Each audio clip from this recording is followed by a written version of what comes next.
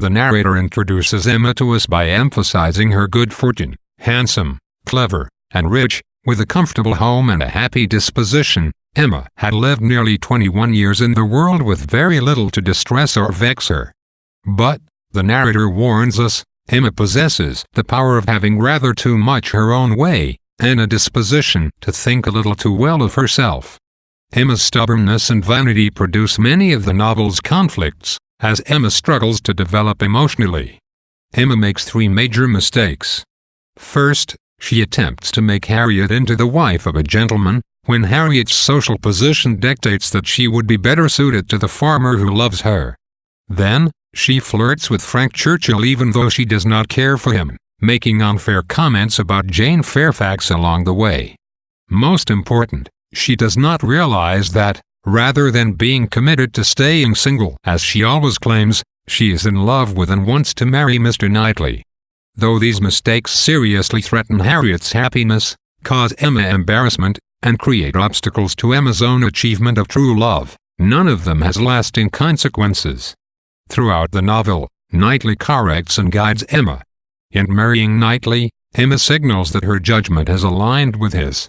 Austen predicted that Emma would be a character whom no one but me will much like. Though most of Austen's readers have proven her wrong, her narration creates many ambiguities. The novel is narrated using free and direct discourse, which means that, although the all-knowing narrator speaks in the third person, she often relates things from Emma's point of view and describes things in language we might imagine Emma using. This style of narration creates a complex mixture of sympathy with Emma and ironic judgment on her behavior.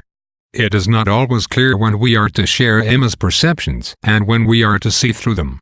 Nor do we know how harshly Austen expects us to judge Emma's behavior. Though this narrative strategy creates problems of interpretation for the reader, it makes Emma a richly multidimensional character. Emma does not have one specific foil, but the implicit distinctions made between her and the other women in the novel offer us a context within which to evaluate her character.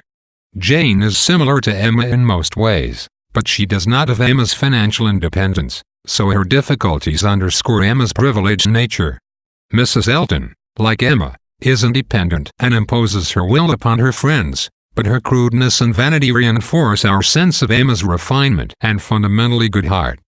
Emma's sister, Isabella, is stereotypically feminine, soft-hearted, completely devoted to her family, dependent, and not terribly bright. The novel implicitly prefers Emma's independence and cleverness to her sister's more traditional deportment, although we are still faced with the paradox that though Emma is clever, she is almost always mistaken.